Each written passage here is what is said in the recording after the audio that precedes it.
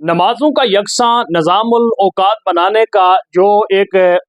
हुकूमती फैसला है, जिसके अंदर उलमा ने बैठकर उसकी तायद की है, मैं यहाँ पर ये अर्ज कर देना चाहता हूँ कि ये गैर शरई फैसला है। गैर शरई में इसको इसलिए कह रहा हूँ कि जब शरीयत ने हमें इजाज़त दी है, इन्नस्सलात कानत अलल मुमिनीन किताबम मौक़ूता, कि जो शरीयत ने हमें औकात और वक्त मुकर्रर करके दे दिए हैं, उनके अलावा अगर कोई किसी किस्म की वहाँ पर कैद लगाता है तो ये इसको मैं इसलिए गैर शरई ये कह रहा हूँ। फिर दूसरी बात ये है कि नमाजों का जो वक्त है, अगर शरीयत ने हमें 12 बजे से लेकर 3:30 बजे तक ज़ोहर की नमाज का वक्त दिया है, तो उस वक्त के अंदर जो जमात का मुस्तहब वक्त है, मुस्तहब वक्त के अलावा जो है वो हम किसी वक्त भी नमाज अदा कर सकते हैं। यहाँ पर जुमे के हवाले से सबसे बड़ी जो फिक्र होती है कि जुमे की नमाज का वक्त जो है वो मुख्तलिफ है। जुमे की नमाज का वक्त जो मुख्तलिफ है, इसके अंदर लोगों का फ़ायदा है कि एक जगह किसी जगह पर मुलाजिम काम करते हैं,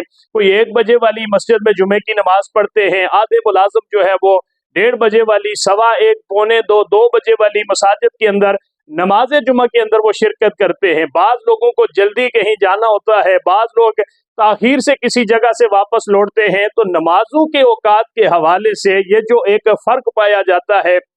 कि किसी मस्जिद के अंदर ज़ोहर की नमाज 1:15 होती है, किसी मस्जिद में 1:30 बजे होती है, किसी में 1:45 और 2 बजे। ज़्यादा से ज़्यादा जो है वो 2 बजे तक का वक्त होता है, और सबसे कम वक्त जो है वो अहले हदीस को छोड़कर 1 बजे जो है वो नमाज जुमा अदा की जाती है। यहाँ पर लोगों के लिए आसानी पैदा करें, और आसानी के लिए दीन हमें तरगीब अता फरमाता है, यस्सिरू वला तुअस्सिरू, आसानियाँ पैदा करो, तंगियाँ पैदा ना करो। मैं ये समझता हूँ कि इससे कोई फ़ायदा नहीं होने वाला कि अगर एक ही वक्त अजान का रखा जाए, एक ही वक्त जमात का रखा जाए, सिर्फ 10-15 मिनट का फ़र्क होता है ज़ोहर की नमाज के अंदर। बाकी जो असर की नमाज है, मगरिब की नमाज है, इशा की नमाज है, फजर की नमाज है, आप रावलपिंडी इस्लामाबाद की मसाजिद के अंदर जाकर मसाजिद में जमातों के औकात आप देखें, तकरीबन जो है वो सारी मसाजिद में नमाजों का वक्त एक होता है, अजानों का वक्त एक होता है। लेकिन खामखा इस चीज़ को छेड़कर